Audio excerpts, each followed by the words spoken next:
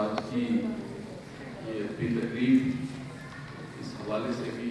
بہت اہمیت کی حامل ہے کہ جناب عطاء اللہ قاسمی صاحب کافی عرصے بعد ایک تقریب میں صدارت فرما رہے ہیں اور اس میں بات کرنے کا مجھے احساس مل رہا ہے اور یہ شاعری کی تقریب ہے۔ عطاء اللہ قاسمی صاحب کے لیے بہت ساری تعریفیں۔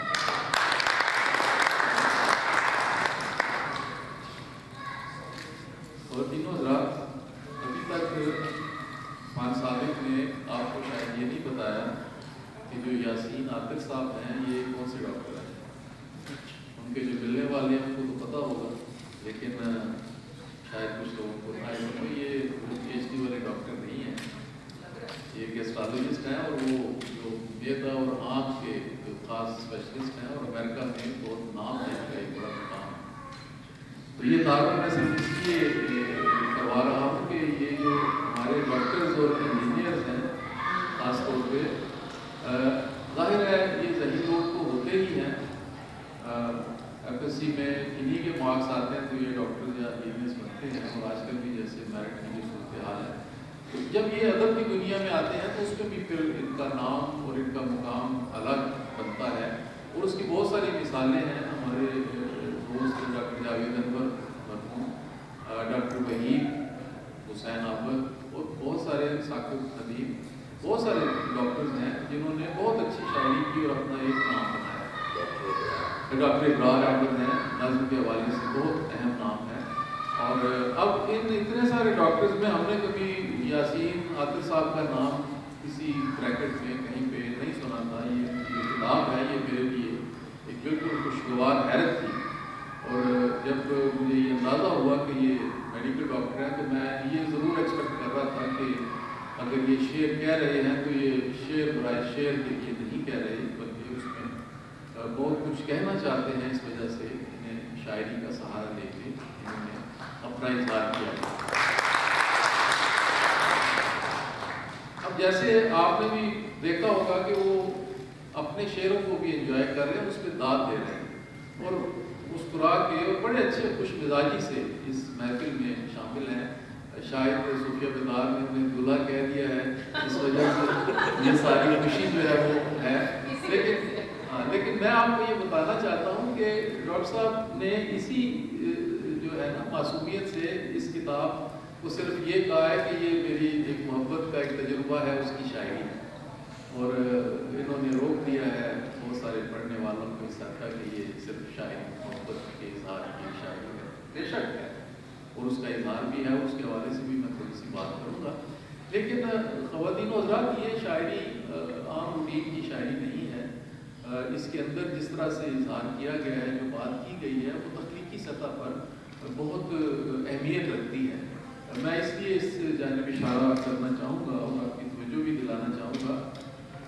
کہ اردو میں جو ایک کلاسیکی شاعری کی روایت تھی وہ تو اپنی جگہ پہ تھی، پھر اس کے بعد ایک جدید شاعری کی روایت جس میں طرز رہن سہن تبدیل ہوا، تو 60s میں اور خاص طور پہ 1969 میں جب اردو کا غزل نمبر چھایا ہوا تو جدید شاعری کی ایک بنیاد پڑی، اور بالکل وہ جو گل و بلبل اور رخسار اور لب اور وہ جام اور وہ ساری تراکیب جو ہے وہ چینج ہو گئی، زبان بدل گئی، شعر کا مزاج بدل گیا، اور اس شاعری نے بہت سارے جو ہمارے شعراء ہیں ان کو اپنی طرف متوجہ کیا اور انہوں نے خوبصورت اظہار کیا ہے اس کا۔ اب ظاہر ہے اس بات کو بھی نصف صدی گزر چکی تھی تو کوئی نہ کوئی تبدیلی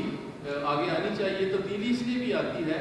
کہ جب آپ کی زندگی کا مزاج بدل جاتا ہے، جب آپ کی پرائرٹیز تبدیل ہو جاتی ہیں، جب آپ کے گرد و پیش میں چیزیں تبدیل ہوتی ہیں، رویے تبدیل ہوتے ہیں، تو وہ جو شعری مزاج ہے اس کے اندر بھی تبدیلی آتی ہے۔ تو یہ جو تھوڑی سی تمہید میں نے باندھی ہے، اس کا مقصد یہی ہے کہ میں اس شاعری کے اندر آپ کو یہ بتانا چاہتا ہوں کہ وہ جو زندگی کے اندر تبدیلی آئی ہے اس کا اظہار ڈاکٹر صاحب نے کیا ہے۔ ایک اور بات جو مجھے ان کی کتاب سے پتہ چلی کہ ڈاکٹر صاحب کا تعلق لاہور سے ہے،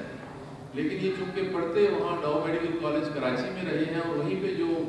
شعراء تھے جون ایلیا اور وغیرہ وغیرہ، تو انہی سے چونکہ یہ ملتے رہے اور وہاں کی تقریبات میں شامل ہوتے رہے، تو وہاں سے پھر یہ باہر چلے گئے، تو ان کا جو ابتدائی سفر ہے وہ وہاں کا ہے، لیکن لاہور کے ساتھ ان کا تعلق ہے، اور یہ جو آج کی تقریب ہے یہ بھی اسی حوالے سے جسٹیفائڈ ہے، اور ظاہر ہے کہ بہت سارے ملنے والے اس تقریب میں شامل ہوئے ہیں اور وہاں تشریف رکھتے ہیں، اس لیے کہ وہ لاہور سے جڑے ہوئے، انہوں نے پسند کیا لاہور سے ہی اپنی کتاب چھپوانا، تو یہ بھی میں سمجھتا ہوں ایک ان کی لاہور سے جڑت ہے۔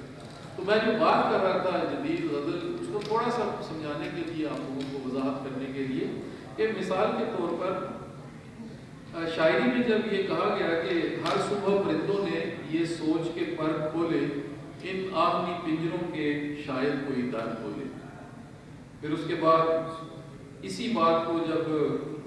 ہمارے آج کے ایک نوجوان شاعر نے کہا، تو اس نے کہا نکال لایا ہوں ایک پنجرے سے ایک پرندہ، اب اس پرندے کے دل سے پنجرہ نکالنا۔ تو آپ یہ دیکھیے کہ جو پہلا شعر ہے اس کے اندر صرف در کھولنے کی بات ہے اور پرندے کو آزاد کرنے کی بات، تو ہماری جو 50 سال کی شاعری ہے وہ اس پرندے کو آزاد کروا رہی ہے، وہ اس پرندے کی آزادی سے آگے بڑھ کے شعر نہیں کہہ پا رہی، کیونکہ شاعری کا ایک اپنا سفر ہے، اور وہ زمانی اعتبار سے جب چیزیں آگے بڑھتی ہیں تو پھر وہ آگے سفر بڑھتا ہے۔ اور اسی وجہ سے جب یہ نوجوان جو ہے عمیر نجمی جو ہے وہ یہ بات کر رہا ہے کہ ایک تو پرندے کو نکال کے لے کے آیا ہے، وہ تو 50 سال ہماری جدید شاعری نے بھی نکالا ہے، لیکن اس کے دل میں جو پنجرہ ہے اب اس کے ڈر کو نکالنا ہے۔ تو یہ جدید شاعری ہے، آج کی شاعری ہے، جس نے پرانے جو ٹیبوز ہیں اس کو توڑا ہے۔ اور اسی طرح سے گلے ملا نہ کبھی چاند وقت ایسا تھا، ہرا بھرا بدن اپنا درخت ایسا تھا، شکیب کا شعر ہے درخت کے حوالے سے۔ بچھڑ کے تجھ سے نہ دیکھا گیا کسی کا ملاپ، اڑا دیے ہیں پرندے شجر میں بیٹھے ہوئے، ادیم ہاشمی کا شعر ہے۔ اور درخت کٹ گیا لیکن وہ رابطے ناصر، تمام رات پرندے زمین پہ بیٹھے رہے۔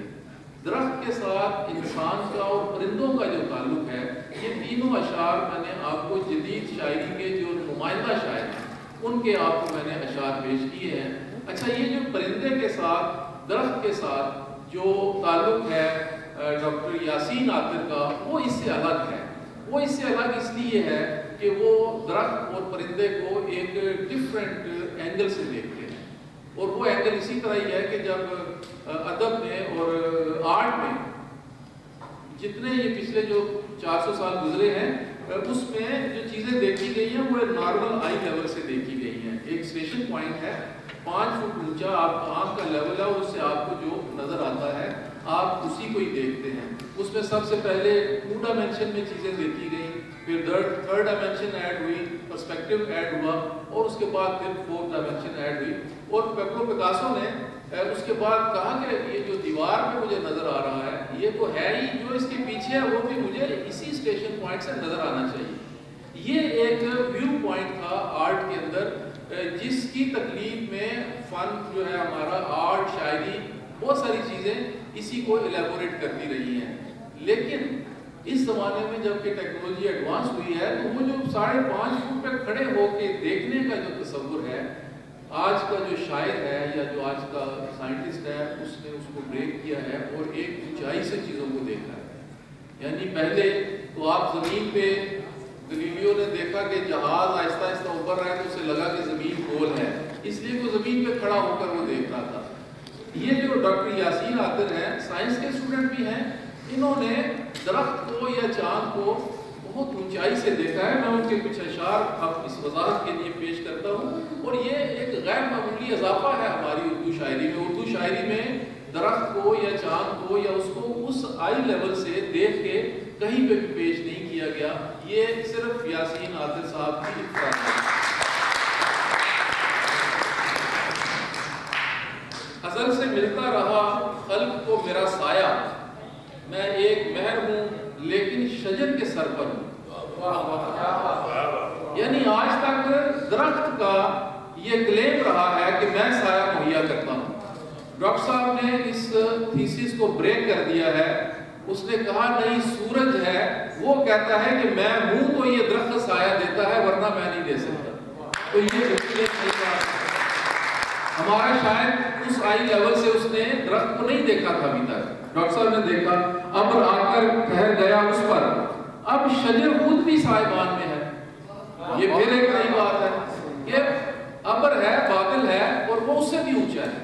تو اس نے درخت کے اوپر ٹھہرا ہے۔ تو وہ جو ایک کنسیپٹ کنسیپٹ ہے ہمارے شاعر جو بھی میں آپ سے ذکر کر رہا تھا کہ وہ صرف ابھی تک سائے اور درخت تک پھنسے ہوئے تھے ہماری 50-60 سال کی شاعری میں. یہ ڈاکٹر صاحب نے اس کو بات اس سے آگے کی ہے. آگے دیکھیے, میں دیکھتا ہوں اسے شمس کے حوالے سے, یوں دیکھنے میں تو دیوار سایہ دار لگے. اب بہت شاعری بھری پڑی ہے ہماری, دیوار کے سائے تلے بیٹھ گئے, اٹھ گئے, لیٹ گئے, پڑا, یہ دیوار گر پڑی, سارا کچھ ہو گیا. لیکن ڈاکٹر صاحب نے کہا میں سورج کے حوالے سے دیوار کو دیکھتا ہوں. یہ دیکھیں بالکل ڈیفرنٹ قسم کی باتیں ہیں. اور ایک بہت خوبصورت شعر دیکھیے, سائے کا راز جاننا ہے اگر دھوپ میں بیٹھ کر شجر دیکھو. سائے کو ایک راز کہہ دینا اور پھر اس کو ایکسپلور کرنے کا ایک زاویہ تلاش کرنا, اس کے لیے میڈیکل کا اسٹوڈنٹ ڈاکٹر ہونا بھی بہت ضروری ہے اور امریکہ میں بھی رہنا ضروری ہے. تبدیل ہو جاتا ہے, چیزیں بدل جاتی ہیں. یہاں بھی لوگ بیٹھتے ہیں, دیکھتے ہیں چیزوں کو. اب تو چونکہ گلوبلائزیشن ہوئی ہے, میں یہ صرف نہیں کہتا, لیکن ڈاکٹر صاحب کو یہ سہولت حاصل ہے کہ وہاں پہ بیٹھ کے انہوں نے چیزوں کو مختلف زاویوں سے دیکھا ہے. اسی طرح سے آپ یہ دیکھیے کہ ان کے ہاں جو کارل مارکس کی تھیوری ہے, جو کیپٹلزم ہے, ہمارے ہاں مزدور کے حوالے سے بہت خوبصورت شاعری ہے. تنویر سپرا کا شعر ہے کہ رات مجھے ماں کی طرح گود میں لے لے, دن بھر کی مشقت سے بدن ٹوٹ رہا ہے. وہ بھی ایک ریئلٹی تھی, اس میں کوئی شک نہیں ہے. لیکن جو آج کی سرمایہ دارانہ, مکارانہ اور عیارانہ چالیں ہیں, اس کی جو ریئلٹی ہے وہ بالکل الگ ہے. بہت کم اردو شاعری میں اس کیپٹلزم کو پینٹ کیا گیا ہے. لیکن اس کتاب میں, جس کے شروع میں ڈاکٹر صاحب نے صرف یہ کہہ دیا ہے کہ یہ میری محبت کے ایک تجربے کی شاعری ہے, اس کے اندر آپ یہ دیکھیے کہ کس لیے ڈالر و دینار کی گنتی آخر, اس سے بہتر ہے کہ سادی کی حکایات پڑھوں.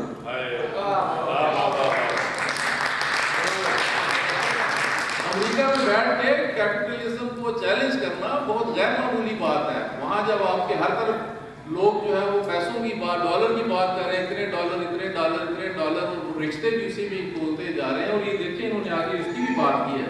اب جو ڈالر کی دور حاضر میں ایک غزل نظم مثنوی ہے میاں,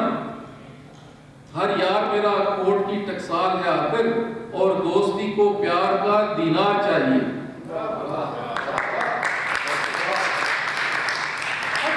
یہ جو دوستی کو, یہ دیکھیں ایک مثبت اور حقیقت پسندانہ رویہ ہے.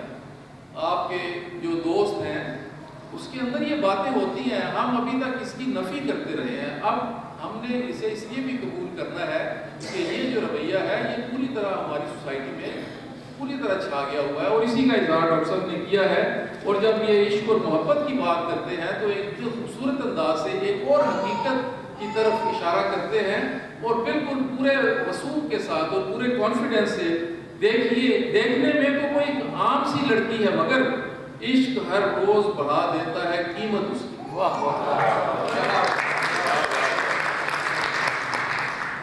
تو جناب یہ ڈاکٹر یاسین عادل کی شاعری ہے. اور یہ جو میں نے آپ سے ذکر کیا کہ یہ ڈاکٹر ہے, اچھا چونکہ میں بھی کچھ FSC میں پڑھتا رہا ہوں, میڈیکل باٹنی اور زوالوجی وغیرہ, تو وہ جو ٹرمنالوجی اور جو چیزیں ہیں وہ مجھے بہت میں نے انجوائے کیا. یعنی عام طور پہ یہ ہوتا ہے کہ سائنس کی جو ٹرمنالوجی ہوتی ہے اس کو آپ جو ہے وہ پوری طرح بیان شاعری میں نہیں کر سکتے, وہ ایک اسٹیٹمنٹ بن جاتی ہے. لیکن ڈاکٹر صاحب نے بڑی تخلیقی سطح پر اس سارے فینامناز کو جو ہے وہ بیان کیا. ٹائم کم ہے, میں صرف اشعار آپ کو کچھ پیش کرتا ہوں کہ کام ہے دونوں کا آخر منسلک, دل نہیں دھڑکے گا سانسوں کے بغیر. مجھے بتائیے کہ ایک ڈاکٹر جو ہے دل کا دھڑکنے کا سانسوں کے ساتھ تعلق ایک ڈاکٹر ہی بتا سکتا ہے, ورنہ ہم تو صرف دل دھڑکنے تک ہی رہے کہ دل دھڑکا بند ہوا. یہ ایک نیا تعلق دیکھیں کہ جو سائنس ہے جو انہوں نے بیان کیا ہے, تیرے چہرے پہ جو لکھے ہیں مقالات پڑھوں, غور سے دیکھوں تیرے سارے مسامات پڑھوں. مسامات اور مسام جو ہے آپ یہ دیکھیں کہ چھوٹے سے چھوٹا جو مسام جس کو کہ آپ دوربین اور خوردبین سے یہ ایک سائنس کا جو طالب علم ہے جس نے باڈی کو بہت اس کے اندر دیکھا ہے کہ وہ مسام کے اندر بھی ایک کائنات ہے، وہی اس کا ذکر کر سکتا ہے۔ پہلے انسان کو سمجھنے کی ضرورت ہے مجھے کس نے کہا ہے کہ نباتات پڑھو۔ اور یہ دیکھیے کیسا خوبصورت بہت باریک شعر ہے، ہم بھی پلکیں بھگو لیا کرتے پر ہوا میں نمی نہیں ہے یہاں۔ ہمارا شاعر آنکھ کے آنسو کی نمی پہ ہی پڑا رہا ہے، اسے نہیں پتا کہ اس ہوا کے اندر بھی ہیومڈیٹی ہوتی ہے، نمی ہوتی ہے، اور جو ڈاکٹر صاحب نے اس شعر کے اندر اس کا اظہار کیا ہے۔ اور زندگی کی رمق ہی باقی نہیں، نبض گرچہ تھمی نہیں ہے یہاں، اور دھوپ ہر شاخ کے پتوں کو جمع رکھتی ہے، سانس لیتا ہے شجر رات سے پہلے پہلے۔ اگر اس شعر کو میں برنامج میں کہوں تو وہ جو فوٹوسینتھسس کا عمل ہے جس میں دن کے وقت سورج کی روشنی اور آکسیجن جو ہے اس کو کاربن ڈائی آکسائڈ کو پتے سبز جو ہیں وہ لیتے ہیں اور پھر رات کو چھوڑتے ہیں، اور وہ دیکھیں کیسا انہوں نے خوبصورت شعر کا شعر ہے، اور جو سائنس کا طالب علم ہے اس کے لیے اس کے اندر پورے معنی ہے۔ اچھا، ڈوبنا ہے تو باندھ لو پتھر ورنہ پانی بہت اچھالے گا۔ کیا خوبصورت انداز ہے۔ اور ایک ڈاکٹر ہی کہہ سکتا ہے، میں تو دوسرا ڈاکٹر ہوں پی ایچ ڈی والا، وہ ڈاکٹر ہی کہہ سکتا ہے کہ یوں نہ پانی کی پٹیاں رکھو، جو چڑھا ہے بخار رہنے دو۔ اور وہ پٹیاں رکھنے والی جو ہے اسی سے عشق کا بخار ہے، تو وہ کہہ رہے ہیں کہ یہ رہنے دو، چڑھا رہنے دو، تم میرے دل کو سمجھنا نہیں پتھر جیسا، ایک ذرہ ہے جو طاقت میں ہے جوہر جیسا۔ دل کو جوہر کہہ دینا اور اس کو جسٹیفائی کرنا، یہ ڈاکٹر صاحب نے بہت ہی خوبصورت اضافے کیے ہیں۔ اور آخر میں صرف وہ 2-3 اشعارات کو پیش کروں گا جس کے بارے میں سمجھتا ہوں کہ ڈاکٹر صاحب بہت مجھے نہیں معلوم کہ ڈاکٹر میرا یہاں تشریف رکھتی ہیں یا نہیں، لیکن جو ان کی ساتھی ہیں اور جو پتہ نہیں اب محبت کا تجربہ کہاں کا ہے، ان کی شاعری میں تو کہیں پہ جدائی اور وہ رونا پیٹنا نہیں ہے، اس کا مطلب کہ محبت کامیاب رہی ہے، اور اسی کے ساتھ جو وقت گزارا ہے۔ ہم لوگ اپنی جو بیویاں ہوتی ہیں نا ان کو گھروں میں چھوڑ دیتے ہیں اور پھر شاعری گھر سے باہر نکل کے شروع کرتے ہیں، لیکن گھر کی فضا میں جو لیو کرنا ہے اور جو جذبے اور جو محبتیں ملتی ہیں اور جو فیلنگ ہے وہ وہی شخص کر سکتا ہے جسے محبت میں کامیابی ہوئی ہے، اور وہ جس نے اپنی زندگی کے 30-40 سال اپنی اس محبت کے ساتھ اس گھر میں اسی محبت سے گزارے ہیں۔ ہمارے ہاں وہ محبتیں کرنے والے شادیاں کر کے لے آتے ہیں اور 30 سال بعد ایک دوسرے سے لڑ رہے ہوتے ہیں، مر رہے ہوتے ہیں، نفرت پھیل چکی ہوتی ہے، لیکن ڈاکٹر صاحب کی محبتیں ایسی لامتنائی تھیں کہ ان کی شاعری اور ان کے گھر میں ایسا خوبصورت اظہار ہے کہ میں نے بہت دیر تک ان کے نشات کو انجوائے کیا ہے۔ آپ بھی سنیے، جب بھی وہ سجدے میں رکھ دیتی ہے پیشانی کو، میرے کمرے میں مہک جاتی ہے برکت اس کی۔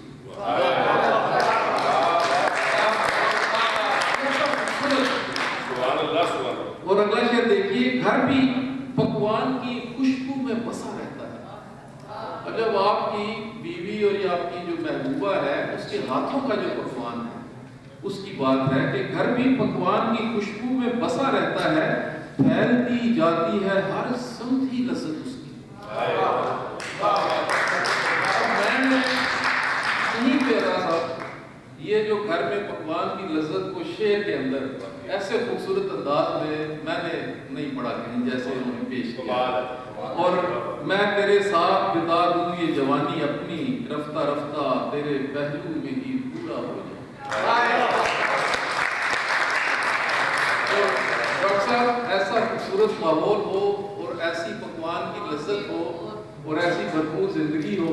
تو وہ آپ کی طرح کبھی بوڑھا نہیں ہوگا، آپ کی طرح جوان ہی رہے گا جیسے ابھی آپ جوان نہیں آتے۔ باتیں تو اور بھی بہت سی ہو سکتی ہیں لیکن اور بھی دوست ہیں، تو میں تھوڑا سا وقت اس لیے زیادہ دیا کہ ڈاکٹر صاحب کی شاعری ہماری جو آج کی روٹین کی شاعری ہے اس سے ہٹ کے تھی۔ ڈاکٹر صاحب کی یہ پہلی کتاب ہے اور انہوں نے اس شاعری کے ساتھ اور جو وجہ شاعری ہے اس کے ساتھ انہوں نے لیو کیا ہے، اور اس پر جو لیو کیا ہے اس کا سچا اور کھرا اظہار کیا ہے۔ یہ وہ جو کہتے ہیں، یہ نہیں زخم کچھ نیا ہے میرا، درد کا تجربہ جدا ہے میرا۔ تو ان کا جو تجربہ ہے وہ جدا ہے، اور وہ اس کا اظہار بھی آگے کرتے ہیں کہ ناگہاں ایسا پکڑتا ہے مجھے تیرا خیال، راہ میں جیسے اچانک کوئی پاگل پکڑے۔ جب خیال کا حملہ آور ہونا اور کسی پاگل کو ایک تشبیہ دینا، دفتن اس کی یاد نے گھیرا کر کے بیٹھے تھے ہم وضو صاحب۔ تو یہ جناب ڈاکٹر یاسین عاطر ہے، اور ان کی شاعری کا ایک اور پہلو ہے، وہ ہے فرد و معاشرے کے ساتھ تعلق کا، اور اس میں بھی یہی کہتے ہیں کہ پہلے اپنے گھر سے درستی جو ہے شروع کریں، انڈیویجول جو ہے وہ اپنے آپ کو درست کرے تو پھر ساری سوسائٹی بہتر ہو جائے گی۔ یہ میں اس لیے بتایا کہ ان کی بہت ڈائمینشنز ہیں پوئٹری کی، وہ صرف محبت کی شاعری نہیں ہے۔ آج کل شہر میں نکلتے ہوئے سارے ہوش و حواس پہنا کر، اب غور کیجئے کہ ہوش و حواس کو پہن کے شہر میں نکلنا کتنا ضروری ہے۔ یہ ہمارے آج کے شہر کا جو آشوب ہے وہ ہمیں اس میں واضح نظر آتا ہے۔ ایک عام شخص کی رائے کو معتبر جانو، ایک عام شخص ہی سچا زیادہ ہوتا ہے۔ یہ مواب جو ہے وہ نہیں ہے، ایک شخص جو ہے وہ زیادہ۔ گھر کے اندر بڑا دالان ضروری ہے، مگر گھر سے باہر ذرا رستہ بھی کشادہ چھوڑو، اور بدل سکتے ہو تم اس شہر کے حالات کیسے، تمہیں پہلے گھرانے کی فضا تبدیل کرنی ہے۔ یہ بہت